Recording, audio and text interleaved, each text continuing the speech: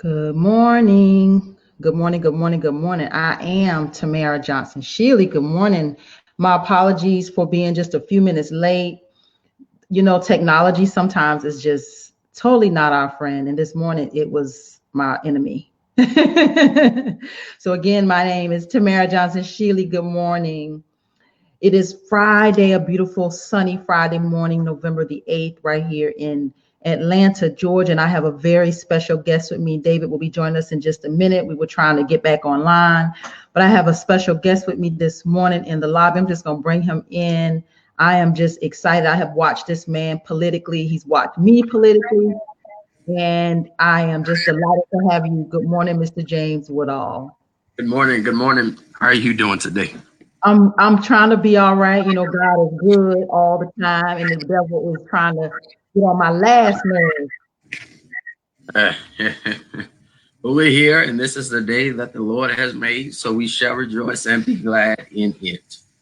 Amen. Thank you for that. Are you a pastor? Because I think there's I hear a little preaching in your soul right there. I'm not a pastor, but I am a preacher. Baptist born and Baptist bred, and before I be gone, I'll be Baptist dead. And so, Lord. But yes, I'm indeed full to be here with you and sharing in this space. Hey, thank you. And thank you for joining us. There's David, y'all. Good morning, David. Good morning. Good morning, Tamara. Good morning. So, David, this is Mr. James Woodall. David, actually, when you became the new president of the Georgia NAACP, congratulations. David was the first one to send me an email. And what did he say? What you say, David? I think I just sent a news article from the AJC or something like that announcing your election. So congratulations in person or whatever this is, virtual person. Yeah, so the NAACP has new leadership under you, Mr. Woodall. Would you kind of talk to us about maybe your vision? First of all, let's give a little background. Let's tell us, I think you are Middle Georgia is where you're from. I'm from Riverdale, Georgia, which is here in South Atlanta. Excuse me. And we have, for the last, I want to say about 5 or 6 years, really been on this journey of, serving within our community, serving our country, serving our people, and really trying to find ways and identify ways that we can all work together. I'm a graduate of Riverdale High School, and I'm an 8-year veteran of the United States Army, serving as an intelligence analyst. And so my skills when it comes to analyzing and breaking down policy oftentimes come from that experience. Additionally, I'm a graduate of Georgia Southern, where I finished with a Bachelor of Arts in Political Science with a minor in Religious Studies. I'm currently finishing a Master's of Divinity from the Morehouse School of Religion, which is in the Interdenominational Theological Center here in Atlanta, Georgia. Finally, I've served the last 2 legislative cycles as a legislative aide, in this past cycle as a chief of staff to State Representative Miriam Paris out of Macon, House District 142. So I have a vast experience of policy, of working in the community, organizing, and really working with other organizers and politicals such as yourself to make true the promises of this great country. And maybe that's where I got Middle Georgia from, because of your affiliation with the it's a House rep out of Macon, correct? That's correct. That's correct. Yeah. Now, I did run for state representative in 2016 in Statesboro, Bullitt County. In District 160, I was unsuccessful in that race, but I was successful in the process. And so therefore, I am here today, and I am excited to be in this position. Yes. Well, congratulations. Let's talk about the NAACP and your vision. Like I said, I'm excited. I think there's a lot of young energy that needs to be harnessed. And you're a young man, and you're young enough to bring the older generation and this new generation with all this technology and this will, you're in a position to really do some great things. So you want to talk about that? Well, I think if we just focus on the issues, it will organically happen. We all have similar interests, which is the liberation of our people. No permanent friends, no permanent enemies, only permanent issues. That interest in that issue is the liberation therein. And so when it comes to the NAACP, we do three things. We do advocacy for public policy, meaning what is our political agenda? What bills, what legislation are we trying to get pushed in or changed in or repealed? You see, because if we don't have an agenda, we can't really fight against white supremacy. So when it comes to laws, the policies and the laws and the statutes that are disproportionately impacting our communities, we have to change them. And the only way we do so is together. The second thing we do is we do litigation. And so after the policy is drafted, after the legislation is proposed and the laws are created and voted upon and approved and signed by the governor, then we have to also be able to evaluate the effect that those laws have on our communities. And unfortunately, for far too often, we pass laws that are unjust, insufficient, and dangerous to our communities. And so we use the judicial system, which is a part of government, use the judicial system to be able to address those concerns. One of the ones we have currently right now is the concern about voting purging, which is in many ways unconstitutional. And so we use the courts to be able to defend against that, to defend the rights of every American citizen and every Georgia citizen. The last thing we do is, quite frankly, what everybody knows we do, but it's the thing that we only think the NAACP does, which is direct action. When the process of litigation and the process of legislation is enacted, we also have to use the streets, the grassroots, the organizers to get people out and to voice their concerns and to show force about what it is that we do. And so with those three things, we have a comprehensive civil rights agenda. So where do you think the disconnect has been over the years with the decline in support and the decline in participation in the NAACP? Where do you think that, where does that disconnect come from? Well, I think we have a lost narrative, because let's be clear, the NAACP is not weaker than it was. We just don't have the narrative.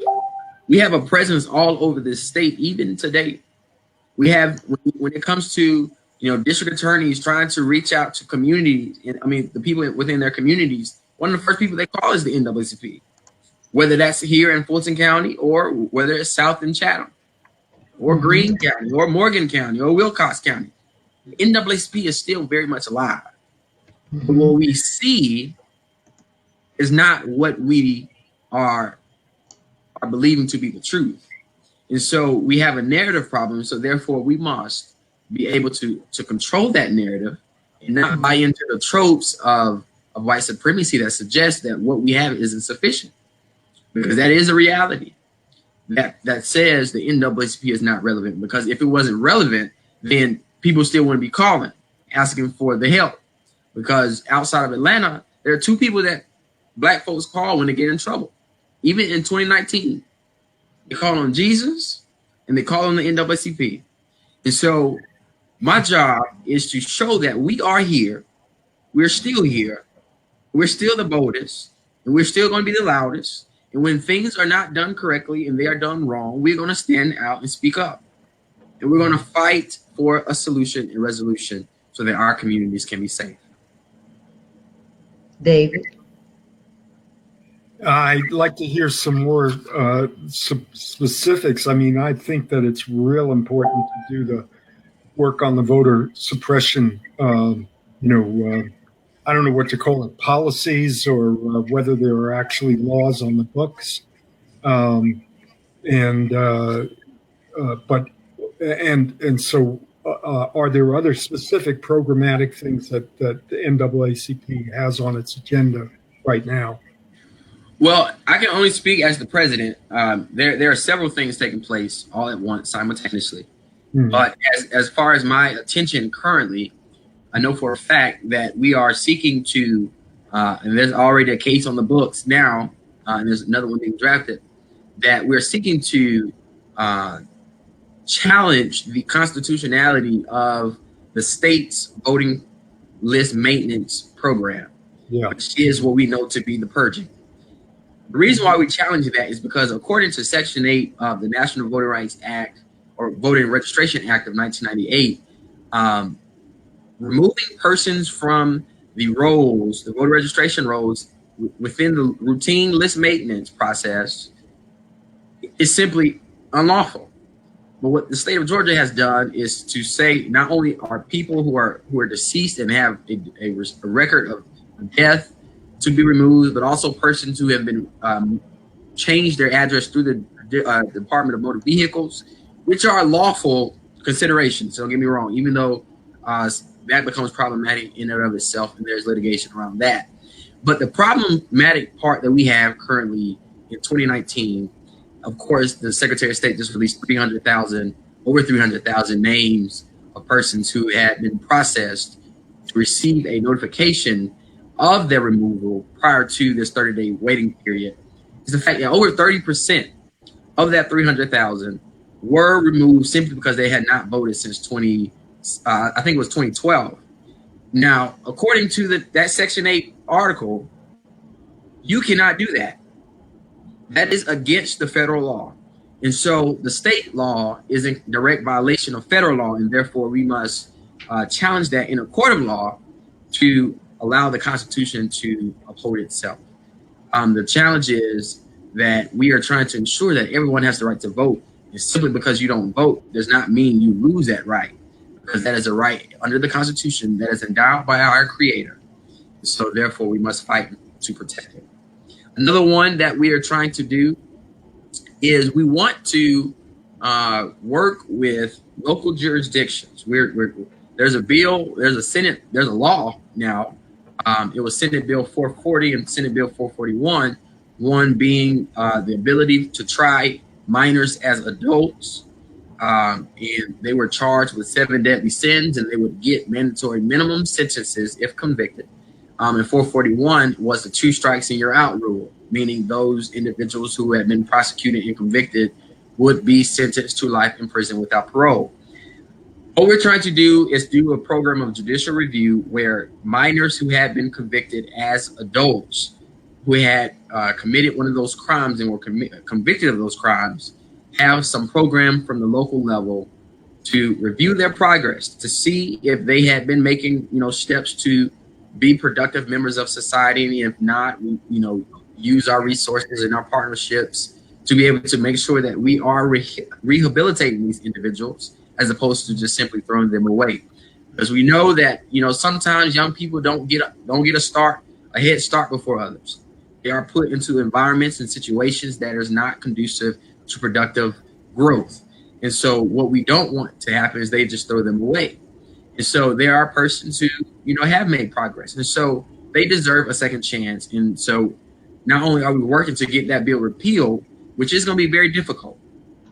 Let's be clear, it's going to be very difficult. But we want to also be progressive in a sense that we work with those jurisdictions to at least start the conversation so that counties from all over the state can start giving some relief to this prison industrial complex. Those are 2 very specific agenda items that you'll see and hear about more in the coming weeks. Awesome. And your tenure is from now until how many years do you have? 2021. So every 2 years, you guys, the NAACP re-elect a new president. That's correct. And you succeeded. I can't think. His name is leaving me. Who's the president before you? President before me. Well, Francis was the 9th state conference president. Phyllis Blake was the 10th state conference president, and I am now the 11th president of the Georgia NAACP. That's a good number. And you're not even 30. I'm 25, turned 26 in February.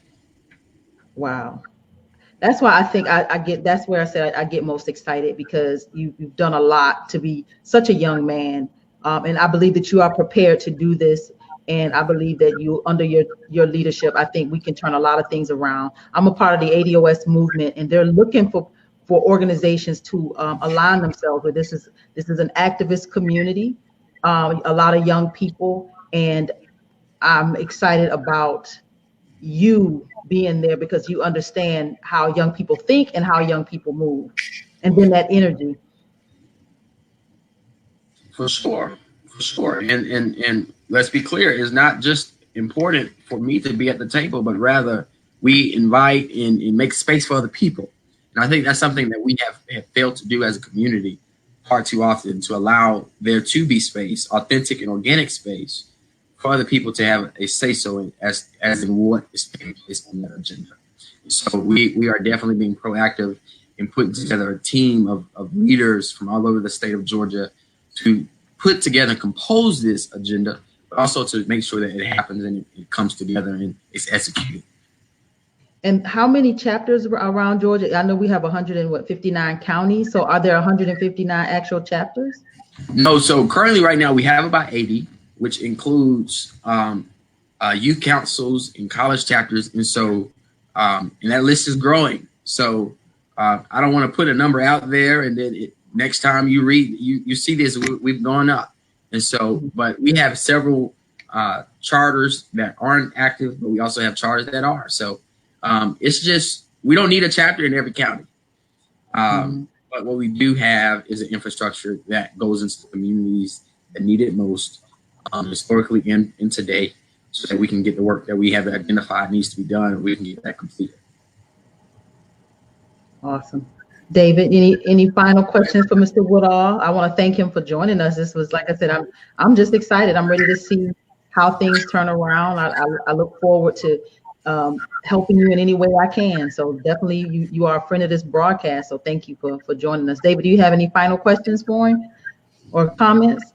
Well, it's kind of a big one, and I just would throw it out for maybe a future discussion, which is it's clear that voter suppression is directed, or not directed, but falls unequally on African American voters.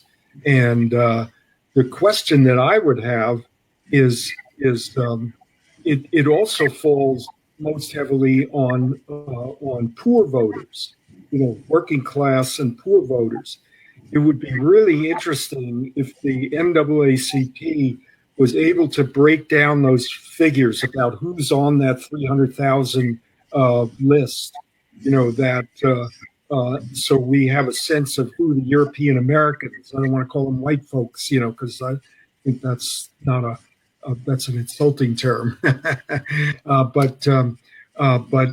It seems to me that there is a real potential for solidarity on that question, and raising the consciousness of European American working people that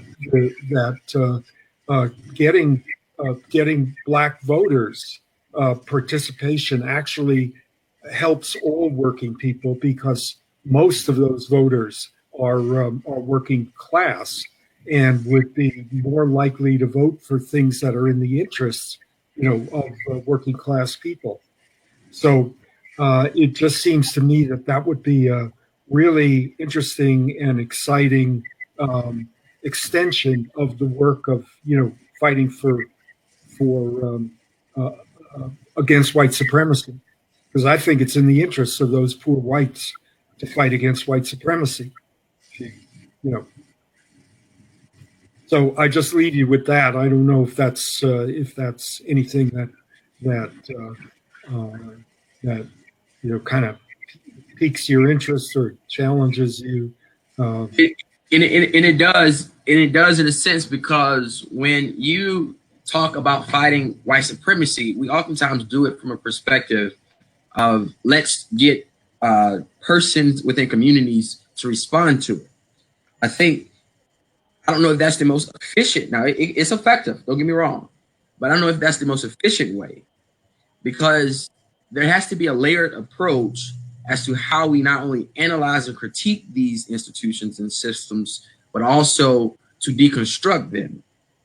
Now, if we are talking about the end of, voter participation and engagement, you're exactly correct that we need those, poor white folk to be able to do some of that, work. But when it comes to a reality of deconstructing white supremacy, just as a whole, which is very difficult to do, I don't know if economics is the way we go about it, because if we play that game, we all lose every single time. And so it's a very interesting conversation to have, and it's a very intellectual experience to go through. And I'll be more than happy and interested in sitting down and having some more discussion about that, because it's something I'm definitely invested in, especially as a scholar, is how do you deconstruct white supremacy, as opposed to saying it just needs to be gone, because we all believe it needs to be gone, but how? And so some people believe it to be political, or some people believe it to be economic. But as a scholar, I believe it's even deeper than that. I think it's a very socio-religious context that we need to approach it from. So I would love to have that conversation. Cool. Socio-religious concept, as like you, and just to kind of bring it down to layman's terms. So, because I know this, I can see where this conversation is going to get way over a lot of folks' head. But so when you say socio-religious, you want to prick the souls of white people. Are you trying to say, help me understand that term then. There's a consciousness of civility and civilization that has been literally embedded into the minds, hearts, bodies, and souls of Americans. Mm-hmm. Black Americans, not white Americans, but Americans. And when we make the distinction, there's a book or text called Beyond Ontological Blackness by Victor Anderson. And there's another text called Ontological Terror by Calvin Warren. And what they're arguing is that the very ontology of human beings, which is black and white, is very much different than the ontology of the black soul or the white soul. And so when we start making these distinctions, what we're engaging in is not flesh and blood, but it's against spirits. And so when we engage through spirit, then we start having a very different conversation about how we really deconstruct the walls of white supremacy, which it has very practical application. But if we have a different starting point, which is the economics, then we have to not only evaluate historically what has been done through that economic basis, but we never even engage other alternative systems. We're only talking about capitalism, which is an American construct. And so when I say socio-religious or theological, what I'm referencing is literally the spirit that has constructed white supremacy, the spirit that has defined America as we know it, the spirit that keeps believing and instituting and imperializing nations all over this world in the name of not only Jesus, but manifest destiny, right? How has that impacted our institution of white supremacy? It's literally at the heart of it, I would argue. So we can't ignore that, because what people try to do is remove that lens and say, well, everybody's not religious. But that's correct. Everybody buys into it. In God we trust. Literally sits on the dollar bill, which is a religious construct, not economic. And so we look throughout history, the economic system has always been perpetuated by religious institutions that govern empire. Religious institutions that governs empire, not empires that dictate religious institutions. So what we have here is a phenomenon which has been raised time and time again. But until we as a new generation, and I'm including you all in that because you all are here as well, but as a new generation, we raise the question of consciousness about what is literally taking place in the minds and hearts and bodies and souls of people today and why. And that is truly a spiritual approach. Your approach is purely spiritual. Am I correct? Oh, yes. Oh, yes. Yeah, I guess my response to that would be to say that that working class people have a different spiritual connection, a connection to spirituality than people who are in the ruling elites. And you know, so I see class. I mean, this is not just economics. This is class. And there are deep cultural, you know, and I would say, in using your language, spiritual connections among working people, that may be able to, even in this deeply divided, you know, society, reach, you know, transcend race. So, you know, I don't want to fight with you about this, Oh, you yeah, know. yeah. But I do think that there's ways of looking at the different facets that we're talking about that might actually, you know, be very fruitful, very productive in you know, in uh, as you say, deconstructing white supremacy. I think it's I mean, I think that's our mission. You know, Yes. if you want to, that transcend, you know, race. That's our mission. I mean, Tamara and I are going to have this conversation, coffee and conversation tomorrow, and we're reading Martin Luther King's book from 1967. Where do you go from here? And it's deeply religious and spiritual, but he at the same time is looking for ways to open the door and build a bridge to poor whites, to poor working class whites. It's So just for a point of clarification, when I say spirit, I'm not talking spirituality. I'm literally talking about forces that literally construct themselves in ways that are very much so realized in real life.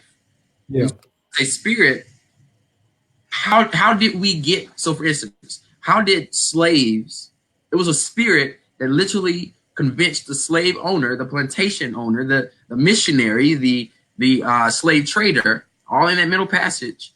It was a spirit.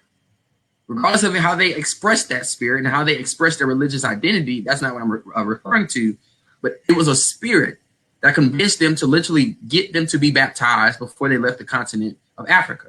It was a spirit that literally allowed them to pack those people in ships like sardines in a can. It was a spirit that put them over into plantations, both in the West Indies and in the quote unquote New World, right? It was a spirit that instituted Jim Crow. It was a spirit that instituted black codes. And so regardless of how we have expressed those interpretations of spirit within our various distinctions of class and race and things like that, at the source and the root of our experience as human beings is a spirit.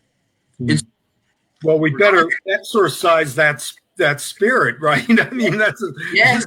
That's exactly what I'm talking about. And so, even I get your language here. You know, I mean, we got to use it. But if we only speak the language of those who have oppressed for so long, meaning, as Dr. King says in that book, militarism, capitalism, militarism, capitalism, and racism. Yeah. If that's the only language we know and embrace, that spirit is literally ineffective. Yeah, it's killing people. And so we have to be able to not only speak a language of liberation, but also be able to embrace the spirit of liberation. But we can't do so using the same tools as Audre Lorde so often puts that the master built the house on. Yeah. You have to engage that spirit again to recreate a new world, the beloved community. So I thank you all for allowing me to join you. I would love to have that conversation again, because it's not one that is resolved, but it's going to take us engaging like that to be able to move forward. Yeah. Thank you. Right on. Thank you. And blessings to you on this new journey. I'm excited, like I say, to see what you bring to the NAACP. I think you are truly the man to do it. So thank you, James. Thank you so much. Y'all take care and God bless. God bless. All right, Mr. David. We got Egberto in the lobby. We got Robbie gonna come in just a few minutes. But let's look. We've been having all kind of technical difficulties this morning. I tell you. Good morning, Egberto. I see you on the road again. Yeah, I am racing back to my studio, trying to make it on. But I figured I was going to be about 4 or 5 minutes late, so I figured I better tune in beforehand in case. You know how you run things. You run a tight ship, so I want to make sure that I'm there just right. You know what I mean? Oh, whatever. Good morning, Egberto. What's going on? Give us a quick national update. What's going on across the country? What's going on? The big news is another billionaire decided that that Democrats, there were too many liberal Democrats, and the only ones that are making tractions are progressives, and they cannot have any of that. So therefore, Michael Bloomberg, another New York billionaire, decided that he knows best. So he's going to throw his hat into the ring, and he is going to solve America's problem a capitalist way. So, I mean, we have a new entry we likely will have a new entry into the Democratic debate, because Democrats are finally showing that what they want are progressive issues to be handled, to be taken care of, to be implemented. But no, the plutocracy doesn't want that. So Michael Bloomberg is going to come and bring us back to the center. What the? And this is like when? Look, I'm missing that. Like what? Oh yeah, my dear senator, you have missed that thus far.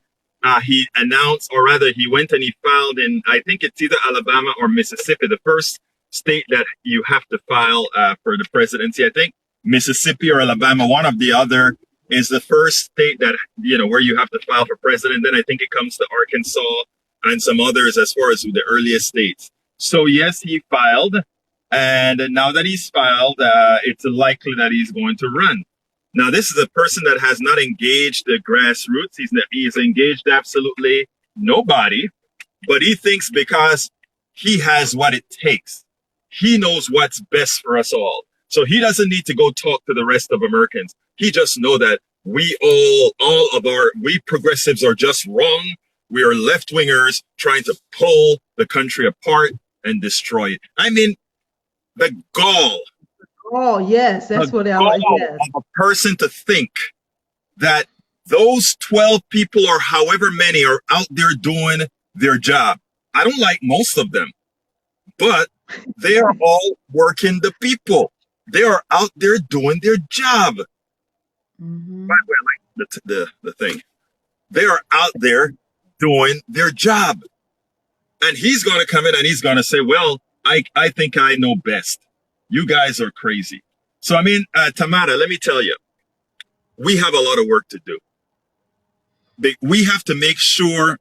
At first, I used to say, we have to kind of tolerate some platitudes, etc. It is time for us to demonize appropriately. And what I mean by appropriate demonization is these guys are, you had the guest that I was just listening to, you had a wonderful guest, the person that you just brought on. He talked about speaking the language of the master. He didn't quite say it that way, but that's what he was talking about, speaking the language of the master. Bloomberg wants us all. And the master in this case is deeper than slavery. It is now deeper than slavery. It is talking about the haves and the haves too much and the rest. The haves too much and the rest. Bloomberg being the have too much, who wants to give none away. Well, he doesn't have what it takes to give away, because what he has, he didn't earn. What he has, we earned for him. Let's remember that, people. What he has, we earned for him. So when we get, and that goes right back into the person that you had before. I love what he had to say. We have to stop talking in that language. We have to talk in the appropriate language. And that is, we the people are the ones who make this country happen. And Bloomberg or no other billionaire can come and tell us exactly what we should get out of the country, one that they've all pilfered from. Mm-hmm. And with that, I'll acquiesce and be quiet. So he will be on the stage in November. on November 20th, right? He won't be on the stage because he hasn't made the requirements for the stage. Okay. The requirements are you have to have X amount of polls that you pass. You have to have X amount of donors, etc. He doesn't have that, but he can be self-funded. He doesn't need that, Tamara.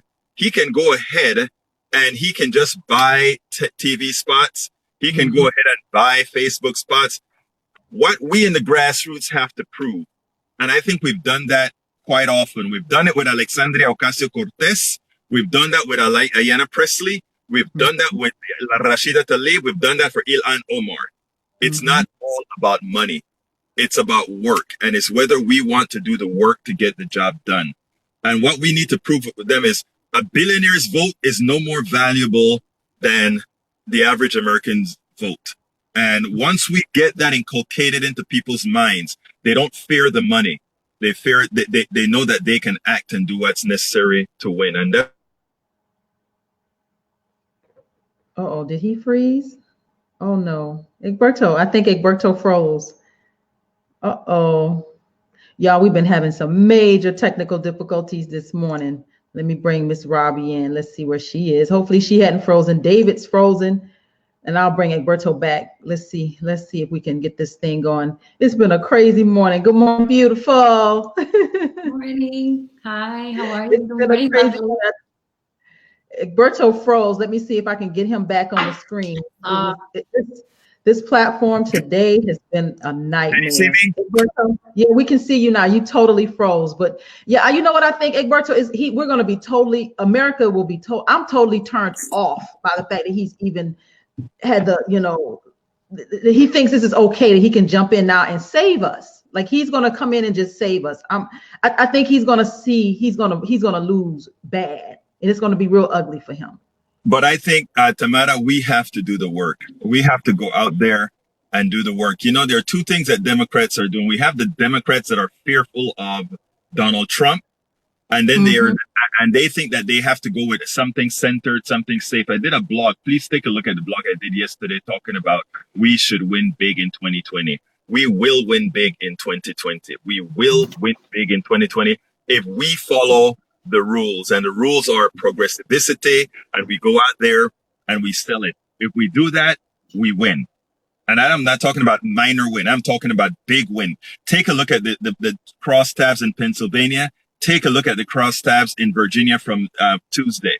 It tells you that there's no Republican and Democrat anymore. The suburbs have all gone for progressive people. And that is what we're talking about. Yeah, they are going to say, oh, but look at Kentucky. He wasn't so progressive in Kentucky. He wasn't anti-progressive either. He just played his cards. So as long as we do that, we'll be fine. And with that, I'll acquiesce. Yes. Thank you, Egberto, for always giving us a national political update. You can find Egberto Monday, Tuesday, Wednesday, Thursday, Friday, Instagram, Periscope, YouTube, Twitter. This man is everywhere. Thank you, Egberto. Thank you so kindly. Y'all have a wonderful show. It was great. Thank you. Robin. Hey, does he have to go? I have something that has to do with him, but on. Okay. How are you? David's having an issue getting on. This broadcast this morning has been a nightmare. Sorry. You know what? I'm good. This flu is going around, so pardon when I'm having some tea. But I'll be quick. I know we're critical on time. We're not gonna close it out. We got about 10 minutes. So I just want to follow up. We did that Tyler Perry coverage, and there have been some strong reactions.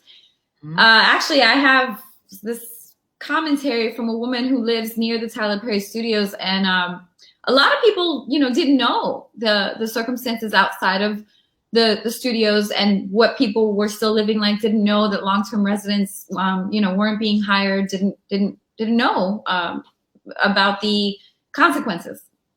And the lack of really follow-up on behalf of the city and the Urban League, who were supposed to ensure the benefits to long-term residents.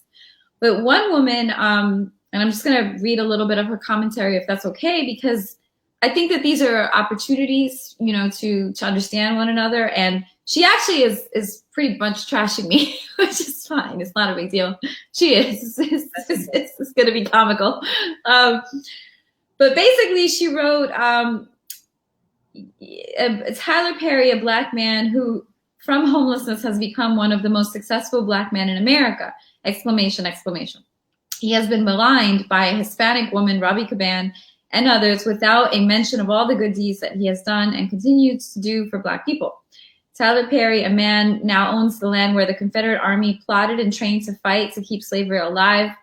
And then she goes on kind of about someone else. I don't want to, discuss anyone else. I don't have their permission. But she said, I am angry that black people continue to tear each other down, especially successful black people like Tyler Perry, Oprah, who was given to black people. Robbie Caban, in my opinion, seems to be a little unstable from her statements. I'm not here to argue with you. And then she wrote, that Hispanic woman is practically stalking Tyler Perry Studios. If she is not a journalist, she's masquerading as one, spreading her contempt for Tyler Perry on her video and on another person's YouTube channel. The question is, why would any conscious black person defend her against one of our own if we had unity? And she goes on. This everyone has their opinions, and I'm entitled to mine. So, and she's right. She is entitled to her opinion. Well, this is where I'm baffled on it. I love your feedback. I'm baffled because the people being hurt are the long-term residents predominantly around that area, and they're all black too. Mm-hmm. So that's where I'm lost on this. And I kind of I want to kind of put it out there. Like, yeah, I mean, again, the coverage was not a critique of Tyler Perry as an individual, and it takes nothing away from his accomplishments. His accomplishments are his accomplishments, but the fort was sold at a lower value. It was specifically the mandate on the fort on former bases are specific. You're supposed to help the surrounding communities in a holistic economic way. And that has not happened, not for long-term residents. And the people who are hurt predominantly are 99% black. So, I don't know. I'm putting it out there. What do you think? I think, it's very obvious from you driving around, and it's you're gonna always have naysayers, and we all do. We brush our shoulders off with naysayers. But when it comes to your comments were right. I mean, the proof was in the pudding. You drove around, and people can drive through those neighborhoods and see that those neighborhoods are, the homes are abandoned, or the area is being gentrified and people are being pushed out. I mean, these are real problems. And his studio is right there in the heart of it. And this is our opportunity as activists, and it's our job as activists. And this is what activism is. We raise awareness. We rattle, we ruffle feathers, and we push for change. This platform, Robbie, we use it to really shed light on what's happening, and nothing that we are saying is not true. So true. It was not the whole point of the video, though. I'm like lost on how this and I don't know. I think that's something that maybe is useful to think about or to discuss, because we're not going to be able to make true progress like this. So she says, she says, Shayna says, even Stevie Wonder and Ray Charles can see the destitution around Tyler Perry's studio. I mean, it's true. Like, we see it. People are living this. And I want to get away. I want to make a suggestion and get away from using the word gentrification, because it sanitizes it. This is reverse white flight. In a real sense of the world. This is displacement. This is colonialism. This is the colonists are coming to occupy. It's not just always gentrificate. No, it's the people outside of that fort who were supposed to get help have not gotten help, and they are being pushed out of their communities, disrespected, disregarded, and placed in South and rural Georgia. And we're all going to pay for that. And they are predominantly 99% black, and they are predominantly poor. Mm-hmm. Mm-hmm. And I don't want to just complain, because I know you hate that. So I know you're very solution oriented. So I'm happy to remind people. We'll put up a post on Kamal Franklin's events. You know, he's doing a community forum, the anti-gentrification, a reverse white flight, you know, forum on November 16th, I'm sorry.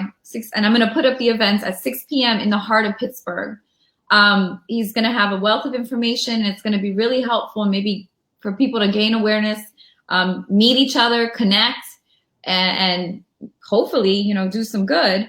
But it is interesting when you think about this, that when Black people were allowed to purchase, you know, and I'm speaking in general terms, white people left. And now that the rest of the city is so expensive, affluent people and white people want to come back. So now they're coming back, and now Black people have to leave. And that's incredible when you think about it that way.